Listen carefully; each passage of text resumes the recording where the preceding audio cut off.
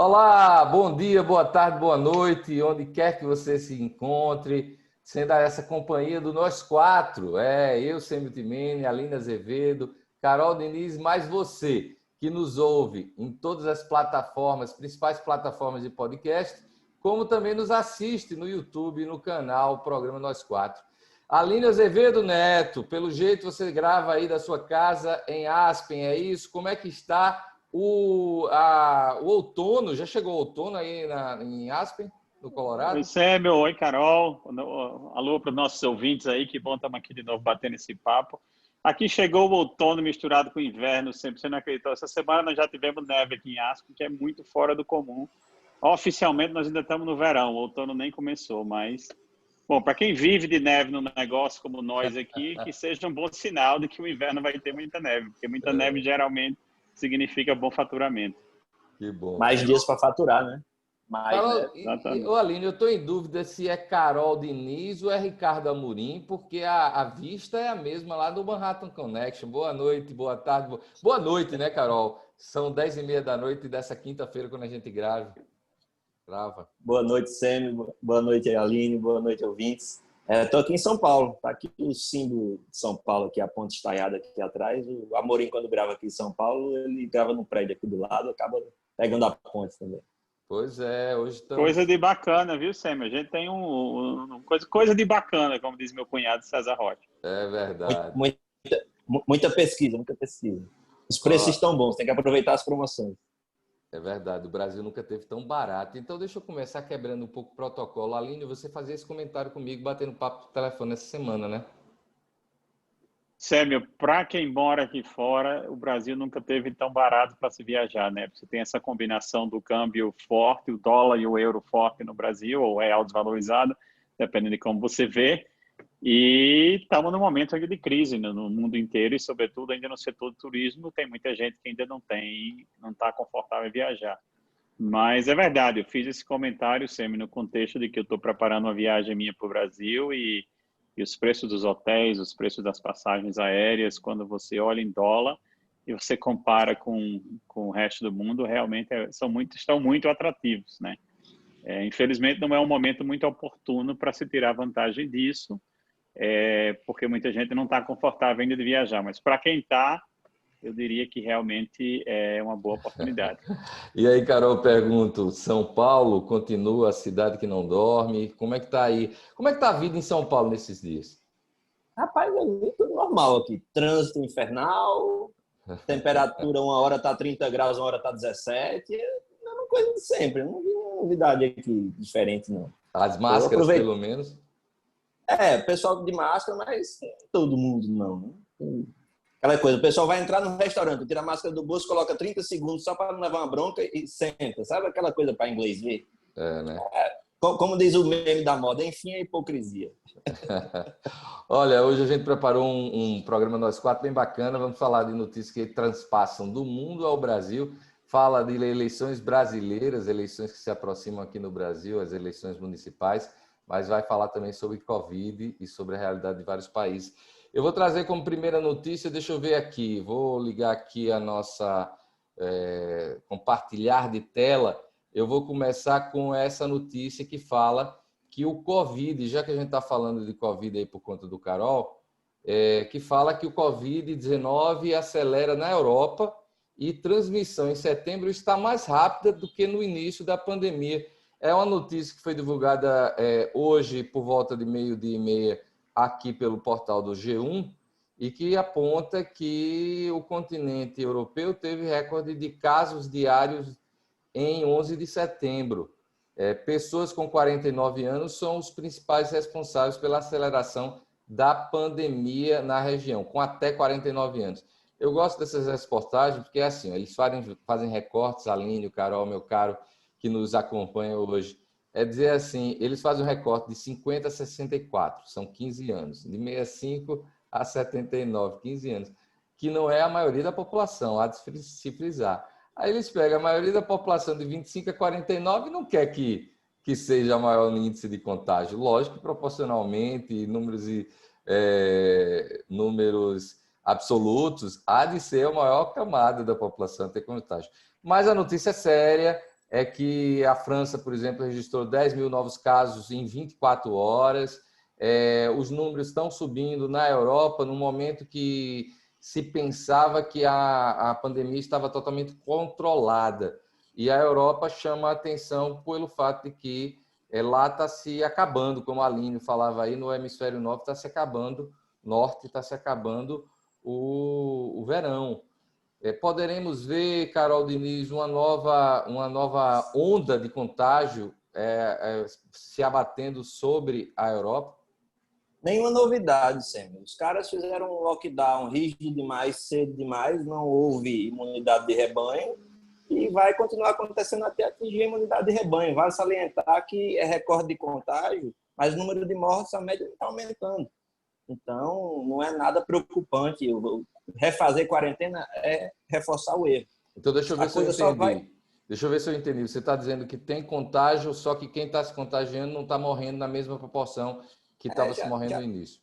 Exatamente. Já se aprendeu que tem que tratar precocemente, sabe? Que a curva de aprendizado ela já aconteceu.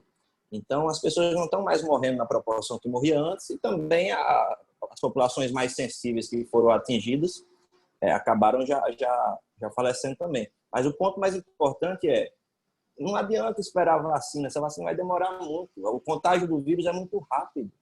Então, volto a repetir, todo mundo ou teve ou vai ter contato, vai acontecer imunidade de rebanho e não adianta, o lockdown não adianta, é só gerar mais problemas. As pessoas estão morrendo de câncer porque não se trataram a tempo, as pessoas estão morrendo do coração porque não se trataram a tempo, as pessoas estão passando fome no mundo, as pessoas estão tendo depressão, as pessoas estão se suicidando, tudo isso é feito de uma quarentena exagerada, desnecessária.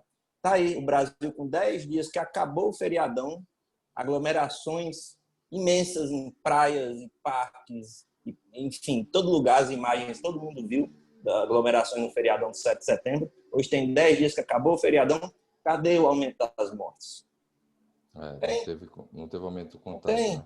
Então, para que mais quarentena? Não funciona. Quarentena de gente saudável não funciona, nunca funcionou, nunca existiu, nem tem para que existir. Isso é papo de acadêmico que vive no mundo da lua e de político ocioso, criativo, querendo mostrar serviço. O Alínio, Carol tocou aí no ponto dizendo que o quarentena de gente saudável. Quarentena sempre foi se entendido, e tem um querido amigo médico aqui em Natal que sempre colocava isso, que a quarentena deve ser só isolada as pessoas que apresentam sintomas da doença ou pessoas que tenham perigo de vida, que tenham doenças pré-adquiridas e que possam o Covid em estágio grave possa levar essa pessoa à morte, como pessoas mais idosas ou pessoas que têm asma, problemas respiratórios, enfim. Aí nos Estados Unidos tem esse tipo de embate e discussão, e eu pergunto, vou um pouco mais além. Vocês estão preocupados com a segunda onda? Sabe, eu acho que a discussão aqui não é quarentena. Acho que quarentena, todo mundo chegou à conclusão de que não é o caminho. Que você pode até resolver a questão sanitária, mas você tem restrições econômicas terríveis, né? Aqui se fala em distanciamento social, quer dizer, não é você fique trancado dentro de casa e não saia para nada, você tenha um comportamento dentro de uma realidade que o vírus existe e o vírus vai continuar existindo por muito tempo. Quer dizer, eu estava assistindo hoje uma entrevista do Dr. Anthony Fauci, né, que é o responsável pelo CDC, que é o Center for Disease Control, que é o órgão do governo americano responsável por todas as doenças contagiosas do país. E ele dizia, olha, vacina disponível para a massa da população só vai acontecer entre o segundo e o terceiro trimestre do ano que vem.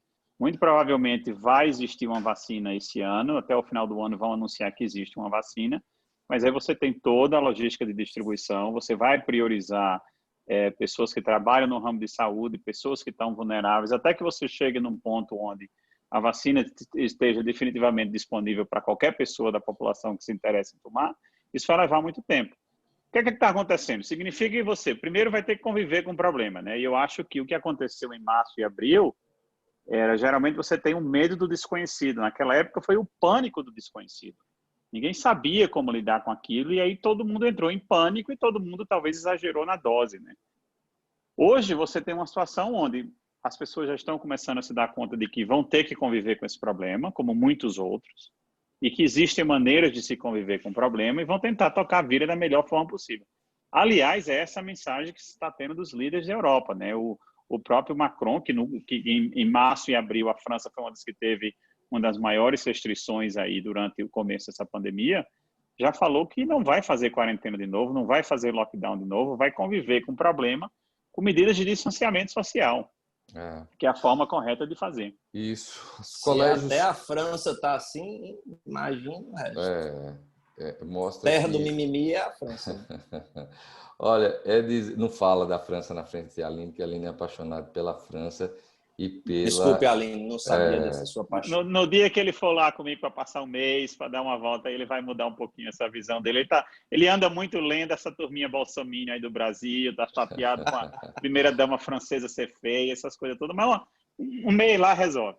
Olha, é dizer que, me somando a tudo isso, eu vou repetir a frase que Carol disse semana passada. Carol, você falava dizendo que o medo do vírus causou mais danos do que o vírus em si, né? O medo do vírus trouxe, talvez, de doenças que a gente ainda vai saber. Olha, fulano morreu do coração. O velho Churchill sempre dizia, né? Churchill, um dos maiores mentes do século XX, o medo do medo é a maior coisa mais perigosa do ser humano, é o medo. Ele tinha muito medo do medo, né? Então foi o que a gente viu aí, um exagero desnecessário, pânico, como a Aline falou. Enfim, olha, mas aprendemos, né? Eu quero convidar vocês, olha, programa Nós Quatro, Aline Azevedo, eu, Sêmio Timeno e Carol Diniz, e junto com você que nos escuta por quase todas as principais plataformas de podcast. Estamos no Spotify, no Google Podcast, no da Apple, nas principais. E estamos também no YouTube. Procura lá, canal Programa Nós Quatro.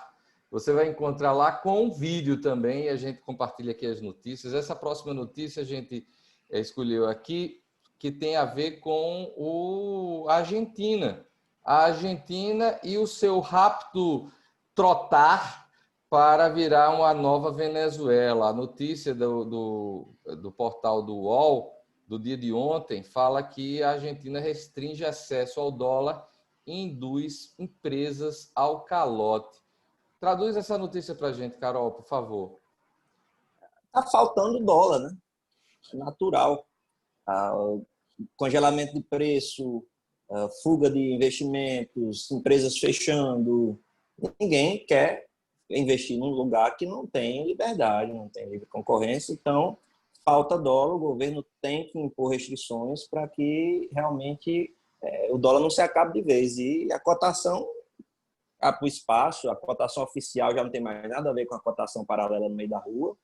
Estão caminhando a passos largos para a falta de alimento mesmo, falta de produto, porque a produção ela não é incentivada.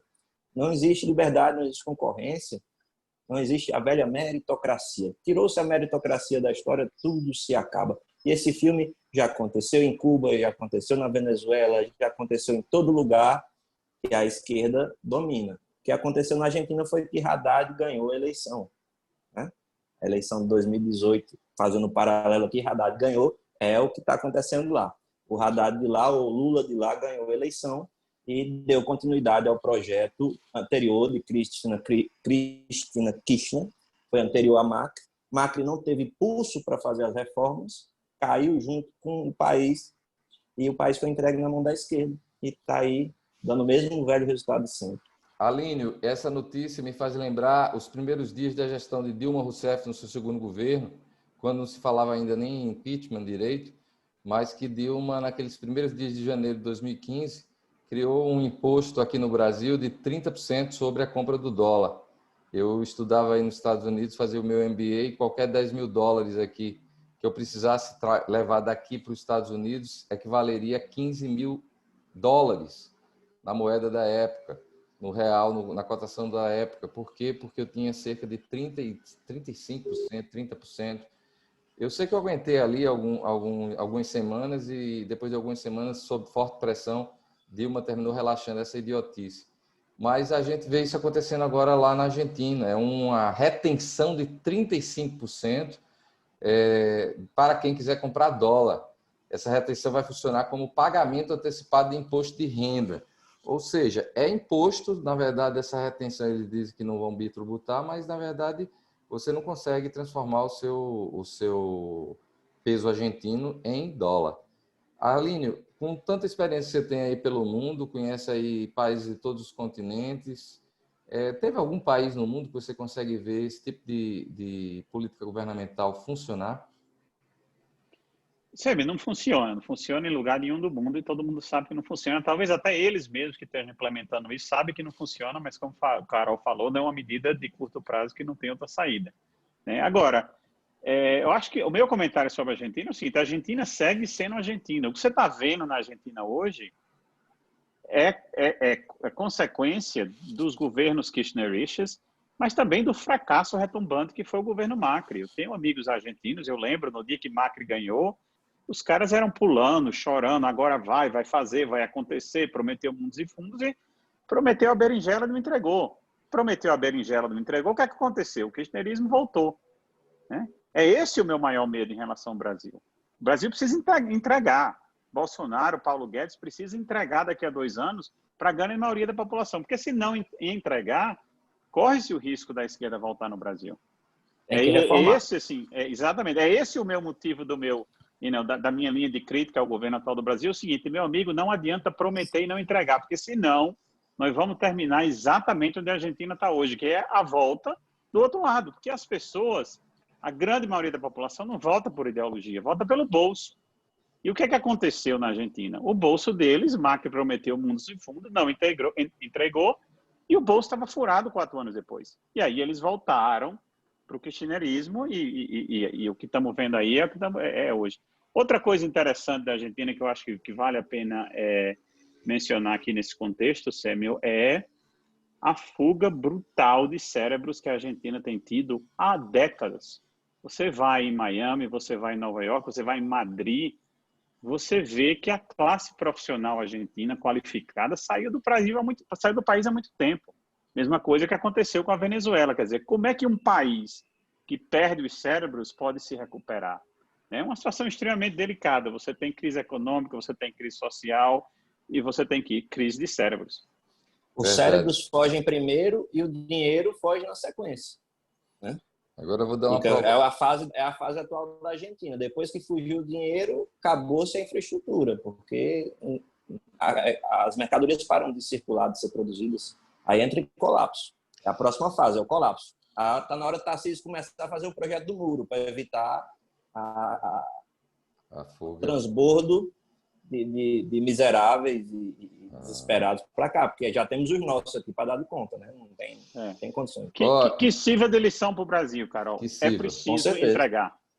Se não entregar, o Brasil vai passar por uma situação semelhante em termos de volta da esquerda. Deixe-me aproveitar para dizer isso. Por isso que eu valorizo tanto o pulso, sabe? Bolsonaro é bruto, chega a ser tosco muitas vezes, mas ele tem acho que isso é o pulso que precisa para fazer a coisa andar. O latino, de forma geral, ele é muito, deixa do jeito que está, é muito conformado. O povo latino, acho que tem uma herança aí filosófica do catolicismo, do conformismo, que é diferente do protestantismo, onde o lucro ele é valorizado, o trabalho ele é valorizado. A filosofia católica latina, de maneira geral, é muito conformista. Então, eu acho que para a coisa mudar, principalmente no curto prazo, tem que ter uma batida de mesa, sabe? Tem que ser meio força, né? Senão a coisa não anda. Eu acho que é por aí. Por isso que eu gosto do estilo de Bolsonaro, tá? Independente de qualquer outra coisa. Eu que fiquei sob a boa missão de escolher as notícias para essa semana e que não trouxe nenhuma notícia sobre política norte-americana, que vocês tanto assim entram no choque. Deixa eu jogar uma pitadinha aqui, meio que tem que ser de 2 minutos só.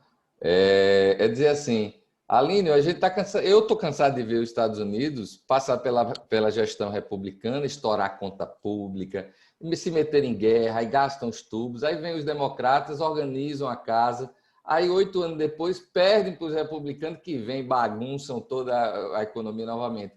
Trump, afinal, conseguiu não bagunçar, porque não é que ele arrumou, não, ele recebeu a casa redondinha. ele conseguiu não bagunçar tanto ou a pandemia veio e esculhambou de vez as finanças norte-americanas? Não, eu acho que numa primeira fase pré-pandemia ele conseguiu não bagunçar tanto, né?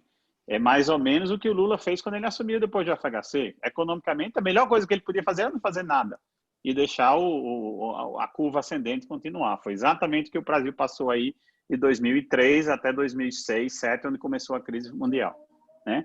Agora, o déficit público tem sido, mesmo pré-pandemia, só tem crescido de forma gigantesca nos Estados Unidos. E a ironia maior dessa história toda é que, tradicionalmente, o discurso do Partido Republicano é o discurso do conservadorismo. É contra o déficit público, nós somos contra o déficit público, nós somos contra o déficit público, né? Mas quem e aí deixa o você maior tem presidentes sempre deixa pior do que recebeu, mas aí é aquela questão do, né, acredita neles quem quer. Essa é a grande ironia, mas eu acho assim que até a pandemia, com a pandemia tudo mudou, claro, não tem como você pensar diferente, o déficit triplicou, se fala em pacote de ajuda de trilhão, agora a briga aqui é o seguinte, os republicanos querem fazer um novo pacote de ajuda de 1 trilhão e os democratas querem 3 trilhões, e aí a coisa enganchou no Congresso e até agora não está saindo. Então, quer dizer, aquela história do faço o que eu digo, mas não faço o que eu faço. Carol, a minha provocação atingiu seu coração? Não, eu estou tentando lembrar de onde é que ele recebeu esse déficit organizado, porque aí o déficit já era recorde quando ele entrou. Não recebeu esse negócio organizado. Não, vamos lá. Não vamos muito longe, não. Vamos de Clinton para Bush filho calma, e vamos de Bush filho para Obama. Você agora foi longe. Obama pegou a crise mundial, gastaram o que tinha que gastar para reativar a economia do país, até onde a metodologia é boa ou não, aí é outra pauta longa, mas o déficit já vinha grande. A última vez que o déficit dos Estados Unidos esteve organizado foi no governo Clinton, nós já falamos disso aqui em outros programas. Verdade. Clinton tinha superávit comercial e tinha superávit de contas públicas. Nominal. Superávit gêmeo. Isso foi inédito na história dos Estados Unidos. Certo? De repente arrumou a casa de tal forma que hoje os Estados Unidos têm uma dívida,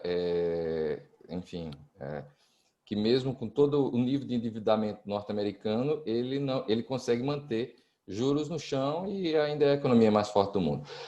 Vamos seguir em frente. Agora vamos para a política nacional. Vamos falar sobre eleições na municipalidade. Tivemos essa semana o fechamento dos prazos de registro de candidatos a vereadores e a candidatos a prefeito nas eleições de 2020. E a gente teve nas 27, não, são 26, né? Porque o Distrito Federal, a eleição acontece junto com a do governador.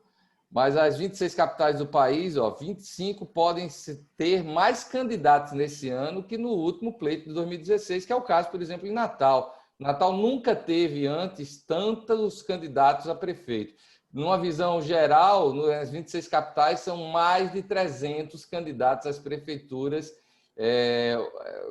que a gente pode dizer assim, é um número recorde para todas as prefeituras e capitais no Brasil, seguindo aí o que acontece em relação ao Brasil. Só para vocês terem uma ideia, em 2016 foram 209, então a gente tem aí um acréscimo de quase 50% em números de candidatos. Eu quero começar fazendo um comentário, dizer assim, isso eu acho que é fruto de uma maior participação política do brasileiro, ao ver um candidato que saiu do traço, como Bolsonaro, vencer uma eleição, animou muita gente boa, inclusive, diria, muito empresário arbusto, né? Como dizia Flávio Rocha, que se esconde atrás do arbusto, que não gosta de dar a cara para bater, muito empresário que está se colocando como nome viável nas eleições das prefeituras. Saindo da moita. Saiu da moita, obrigado, Carol. Saiu da moita, saiu de trás da moita e está aí colocando, como líderes que são nos seus segmentos, estão colocando aí o nome no pleito. E a gente tem assim uma pleiade, desde candidatos como da direita, da esquerda, candidatos que vêm do corpo militar, militares aposentados. Temos, enfim, um número, sem dúvida, recorde de candidatos a prefeitos. Começando por você, Alínio, tem observado como as eleições municipais desse ano? Sabe, eu acho que o que nós estamos vendo aqui é uma consequência, talvez sim, uma parte do interesse maior da população, de alguns setores da economia por entrar na política, né? Nós vimos esse movimento aí na última eleição de 2018, geralmente com consequências não muito positivas. Veja o caso aí do Witzel no Rio de Janeiro e até alguns exemplos de algumas eleições recentes no Rio Grande do Norte. Acho que isso também tem eu acho que tem um cunho econômico disso tudo aí. Qual é o cunho econômico disso tudo? Eu lembro, você sabe que eu gosto muito de política, eu acompanho política desde menino, na década de 80, 90, aquelas passeatas, aquelas coisas todas.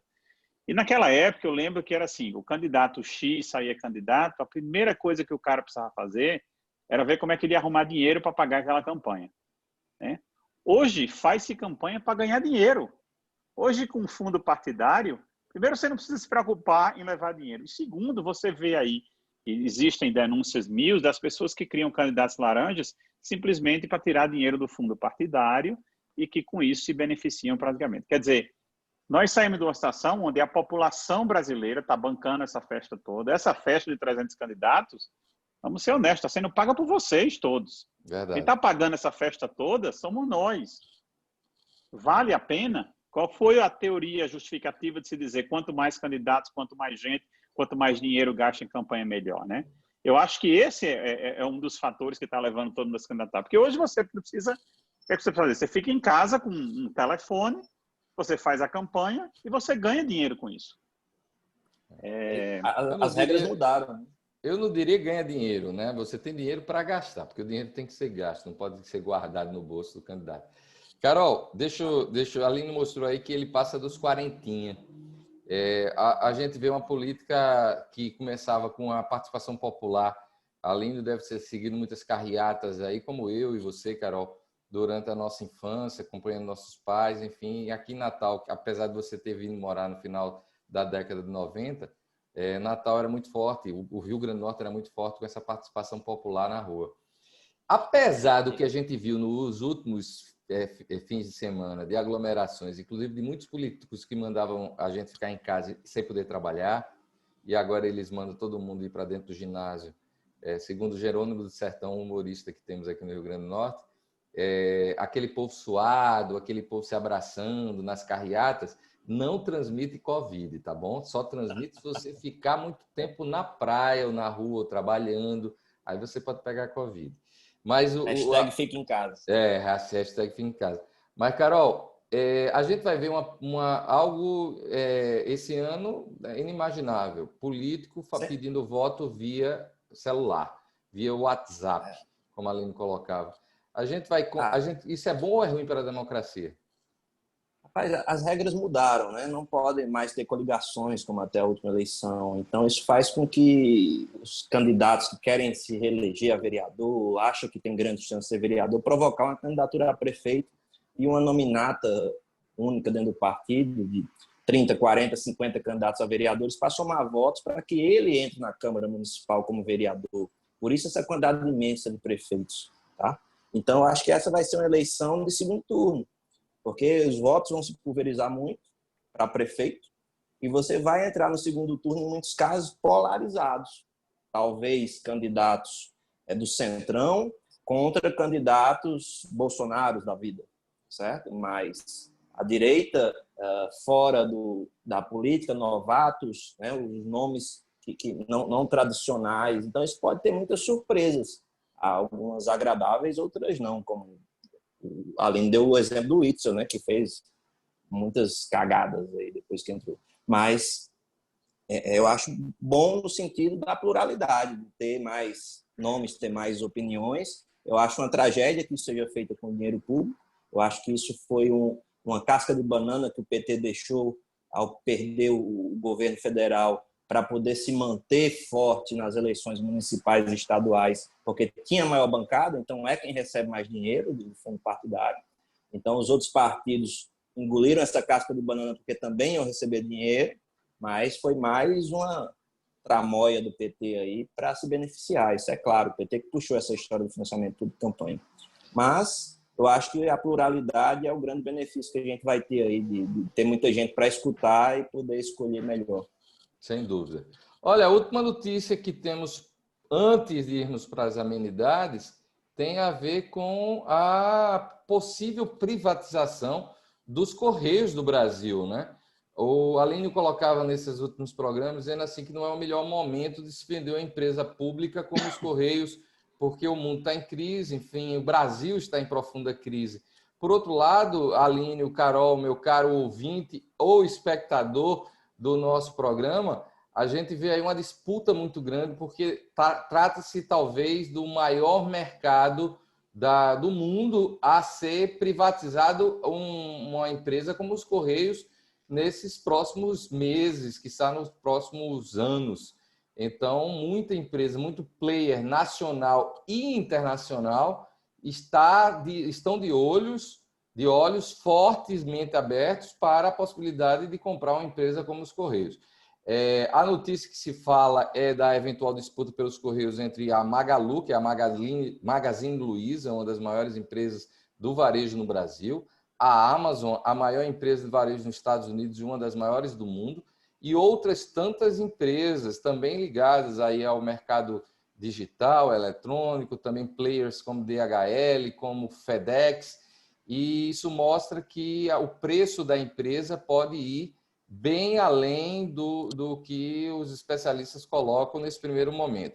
Eu queria fazer uma consideração que não é minha, foi de um ouvinte hoje no meu programa na Rádio Cidade, que tem toda sexta-feira o comentário de Carol Diniz ao vivo, na Rádio Cidade de Natal, na 94,3, Rádio Cidade em Natal, e hoje um ouvinte colocava o seguinte, meus caros, ele dizia que a saída para uma valorização boa dos Correios talvez seja dividi-la em pedaços, em fatias, para que não se crie um monstrengo como foi a Oi. A Oi que nasceu das Telerne, Telemar, da Vida, que terminou se tornando uma das 4 grandes no Brasil, mas que, ao final, teve uma péssima gestão, quebrou e está trazendo há uma possibilidade de um prejuízo muito maior do que o financeiro. E ela agora está finalmente, depois de quase 4 anos aí desse momento de incerteza em relação à Oi, está chegando o capítulo final dela. E aí eu solto, começando por você, Carol. Correios está, sem dúvida, sendo uma cereja disputada para estar aí no sorvete de todas as grandes companhias de entregas ou companhias como a Amazon de venda via internet. A gente tem um modelo que a gente possa sonhar ou ainda vamos esperar aí um tempinho enquanto as consultorias se debruçam e chegam à conclusão como é que deve ser feito a venda dessa empresa? Eu vou falar algumas coisas soltas aqui para a gente entender que não existe solução fácil para o caso, tá? Eu acho que é um momento bom de vender sim, porque não falta dinheiro para se comprar empresa no mundo atual com juros zero. Tá todo mundo louco procurando onde enfiar o dinheiro, tá? Eu não acho que o Correio seja um bom negócio. Eu não investiria, meu fundo de ações não compraria ações da empresa Correios do jeito que ela é hoje. E aí tem que ver até onde o governo vai sanear essa empresa antes de colocar à venda. Quem vai comprar vai ter que levar esse monte de funcionário inútil, porque provavelmente vai ter que demitir 2/3.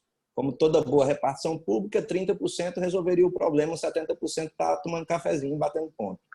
Então, e aí? Esse custo, certo?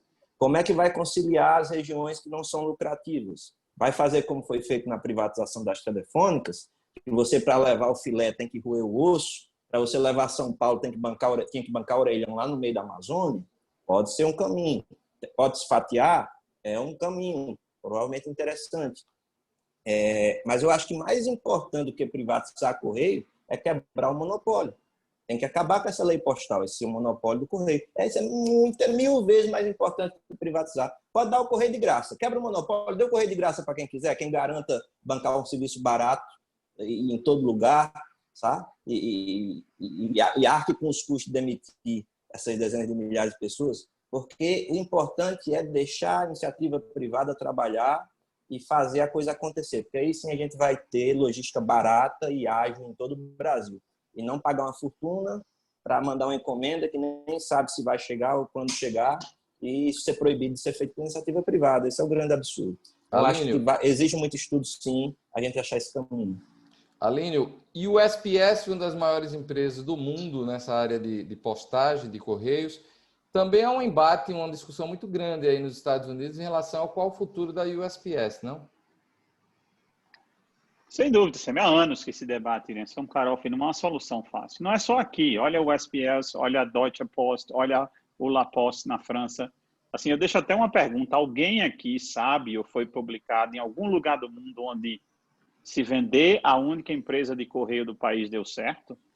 Existem casos que se possa dizer, olha, fizeram isso assim no país tal e deu certo? Porque o grande questão é o que Carol diz. Aqui nos Estados Unidos, 70% das comunidades do país são rurais. E se você for administrar essa empresa exclusivamente baseada no lucro, você não serve essas comunidades rurais. Porque os números não fecham. Não justifica você ter um correio numa cidade do interior do Colorado com uma população de 500 pessoas. Só que o correio é um serviço fundamental para que aquelas 500 pessoas consigam sobreviver e funcionar e receber salários, e receber aposentadorias e pagar, né? Então, eu acho que eu queria começar a conversa por aqui. Alguém nessa conversa toda aí do Brasil deu algum exemplo de algum lugar que funcionou?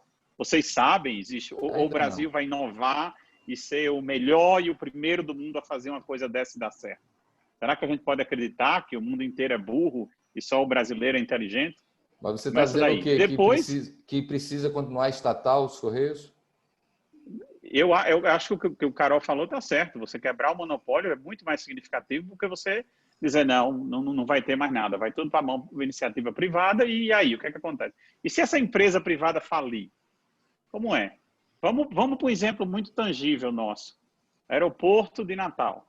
Por anos foi da Infraero, funcionava ali em Parnamirim, o governo Garibaldi Filho reformou, o aeroporto lá vence, não, tem que privatizar tudo, vamos botar Infra-América, gente boa demais, argentino, Carol, por coincidência, vão fazer e acontecer, vai dar ótimo, e aí, onde é que nós estamos hoje?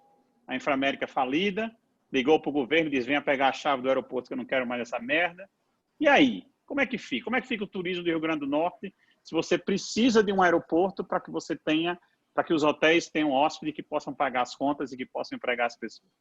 Quer dizer, eu queria começar essa discussão que alguém me dissesse, não, foi feito no país tal, na Indonésia, no Japão, no Chile, onde quer que seja.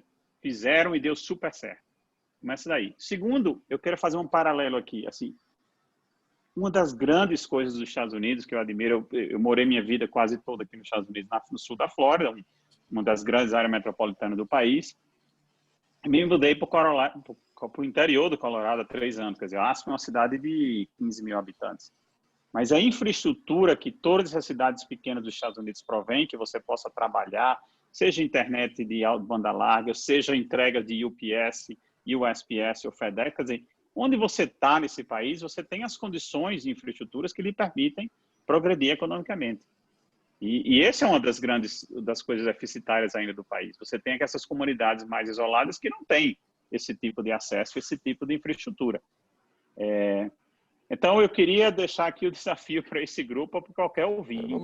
Vamos dar um exemplo. Isso provavelmente vai findar em algum tipo de concessão, sabe? Você particiona o que é filé, o que é osso, vende o filé caro e faz leilão reverso da parte ruim de concessão, nem que o governo tem que pagar para alguém prestar o serviço. É mais barato do que manter na alça do governo. E eu não sei, dentro da estrutura, Carol, se isso precisa de uma aprovação do Congresso, se isso pode ser feito só o Executivo, sem o apoio do Legislativo, que função o Judiciário vai ter tudo nisso, porque tudo no Brasil se judicializa, tudo no Brasil... Eu acho engraçado que eu e minha esposa, a gente tenta assistir de vez em quando jornais aí televisivos no Brasil.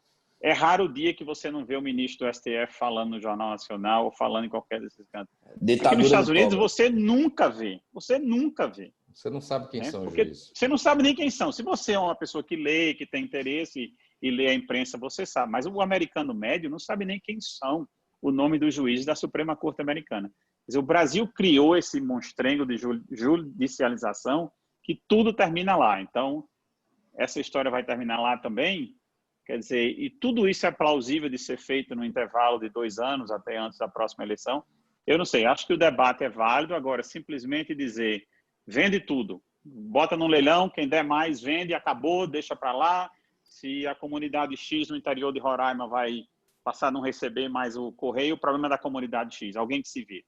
Isso não pode acontecer por aí. porque uma das coisas... Vai vender o filé e segurar o osso. Até para agradar o judiciário, depois esse osso ele vai sendo dilapidado devagarzinho até se acabar. É o tal do leilão reverso que você falava, né, Carol? Pagar para que alguém preste serviço sai ainda mais barato do que manter uma infraestrutura tão rudimentar e tão incompetente quanto a gente tem hoje. Eu queria dar um testemunho, Aline, uma oportunidade visitando a cidade da minha esposa, que ela morou aí nos Estados Unidos, que coincidentemente é irmã de Aline, o Aline é meu cunhado, mas a gente visitando uma pequena cidade de 1.000 habitantes, no interior do Minnesota, 1.000 habitantes, ou seja, é uma cidade pequena. Zé da Penha tem quantos habitantes, Carol Diniz? 6.000 hoje. 6.000, é 6 vezes maior do que essa cidade que a gente foi visitar, uma cidade chamada Walker. E lá em Walker... Mas se quiser trocar os PIB, a gente troca. Ah, boa! A educação lá, uma das melhores educações de todo o estado, era uma escola na região.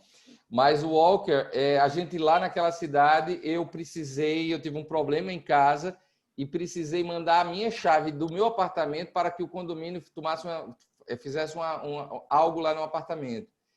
E eu fui numa cidade a 5 minutos, 10 minutos de onde eu estava.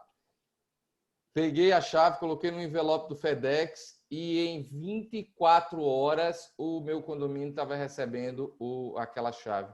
Então, é dizer assim, caramba, eu estava horas e horas e horas de avião, eu estava no norte, só para vocês terem ideia, meus caros, é como se eu falasse que algo no Rio Grande do Norte estaria sendo mandado para o Rio Grande do Sul, passando aí talvez pelo Rio de Janeiro, por São Paulo, por Paraná, com paradas 1000. E 24 horas depois chegou. Então, quando a gente fala que dá para sonhar algo desse tipo no Brasil, é dizer assim, a gente já deveria estar vivendo isso no Brasil. Não dá para conceber um país de dimensão continental que não tem uma boa malha logística que una essa nação. Por outro lado, a gente também não pode fazer, e além do bem chamava a atenção disso, a gente não pode simplesmente achar que privatizando é a solução de todos os problemas, porque o capital sempre vai buscar o que é mais lucrativo e pode simplesmente virar as costas para as cidades que são hoje, se são carentes com o Correio funcionando lá naquela região, imagine sem os Correios. Aí era total, seria uma loucura total. Senhores, chegamos ao fim da quarta notícia, mas a gente sempre traz a quinta, que é a amenidade. E, Aline, esses dias saiu a notícia que os Estados Unidos estão reabrindo as fronteiras para o cidadão brasileiro e também de vários lugares do mundo, como a própria China, muitos países da Europa. Eu queria escutar de você, Aline, dicas que fujam da Disney World de Orlando e de Miami. Os Estados Unidos não é só Miami e Orlando, por mais que nós dois amamos, Carol também ama Miami, a Flórida. Fala pra gente, top 5, Aline, de lugares para que o nosso querido ouvinte ou espectador se programe para visitar nos Estados Unidos.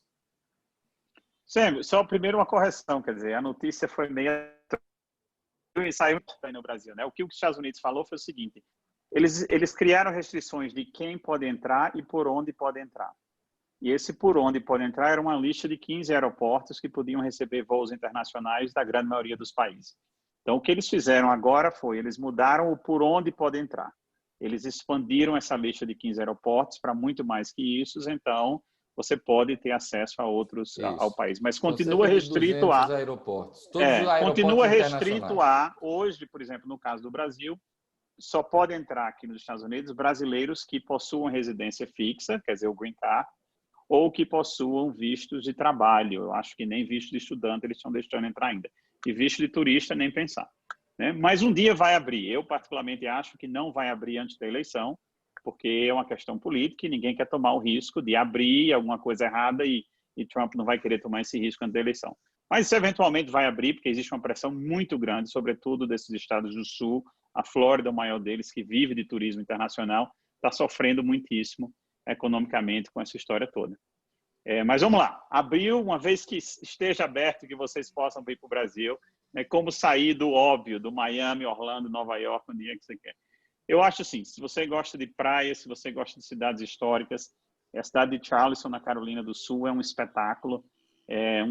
uma cidade charmosa, uma cidade com muita história, uma cidade, de preferência, não recomendo ir lá no verão, porque é muito quente e úmido, mas para quem está vindo agora, novembro até março, abril, o clima é espetacular, né? A costa oeste da Flórida, eu também acho que você consegue encontrar ainda locais que não são tão adensados como o lado leste da Flórida. Né? Sem furacão. Tem furacão, mas aí em novembro também já vai ter passado isso, e o clima vai estar bom, né? Então, você tem Naples na Flórida, você tem São Petersburgo na Flórida, são lugares excelentes. Uma das grandes surpresas para mim, sempre, quer dizer, nós moramos, aí você morou um tempo junto a nós aí em Miami, quer dizer, eu não conhecia o que eu chamo do meio do oeste americano, né, que é onde eu estou agora. E nesse verão, por não podermos sair do país, nós fizemos uma viagem de carro maravilhosa, fomos visitar lugares como os parques nacionais nos estados de Wyoming, Idaho. Quer dizer, a beleza natural é espetacular e diferente. Você acha que não, você mora no Colorado, você vai para esses cantos, é tudo igual. Realmente vale a pena você se programar para visitar os parques naturais dos Estados Unidos, né? E que é uma coisa que pouquíssimos brasileiros fazem. Eu não diria poucos estrangeiros, eu acho que tem alguns mercados estrangeiros, o europeu, o asiático, vai muito a esses parques nacionais. Mas o brasileiro não tem interesse por isso, nunca teve. E acho que essa aí seria uma excelente dica, dependendo do seu interesse. Você pode ir do Grand Canyon no deserto às Montanhas Rochosas, ou Grand Teton, ou Yellowstone, no Wyoming. Existe uma gama de opções. E com um detalhe, com infraestrutura espetacular para receber turismo. Verdade. Uma coisa é você ir a locais bonitos, mas você precisa ter uma infraestrutura de restaurantes, de hotéis, de banheiros, de estradas, de tudo isso. Você falou 4, então me permita a quinta, porque você é suspeito de falar. Conheçam a região das montanhas da Colorado, em especial Aspen. Aí eu vou dizer que vou sugerir sem conhecer no verão, porque, né, Aline, a gente já esteve aí em Aspen. Todas as vezes que eu fui a Aspen, fui com você, né? Mas as 2 últimas vezes você morando aí em Aspen. E todas as vezes que eu fui no inverno, nunca fui no verão. E a Aline já me intimou de me organizar para ir na época do verão.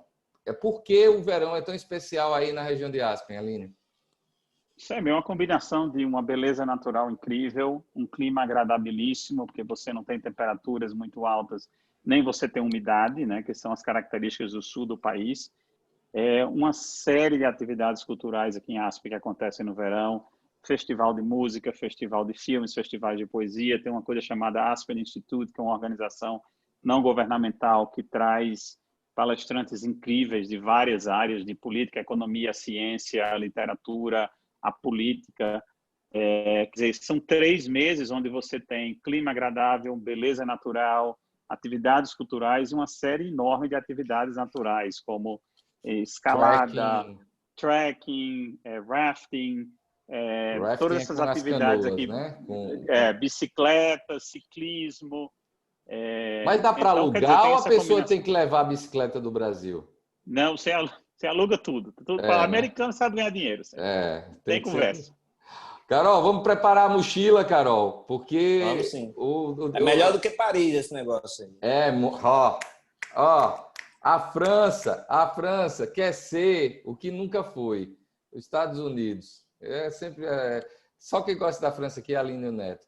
Carol Diniz, com você até amanhã, porque esse programa é gravado na quinta-feira, na sexta-feira às 9 da manhã vai ao ar, e toda sexta-feira de meio-dia tem Carol Diniz no Cidade Notícias. Procura aí no 94FM radiocidade.com.br. Você pode escutar mais as opiniões de Carol Diniz. Aline, infelizmente, por conta do fuso horário, não consegue entrar ao vivo sempre no programa. Se dissesse, ele também era cadeira cativa lá.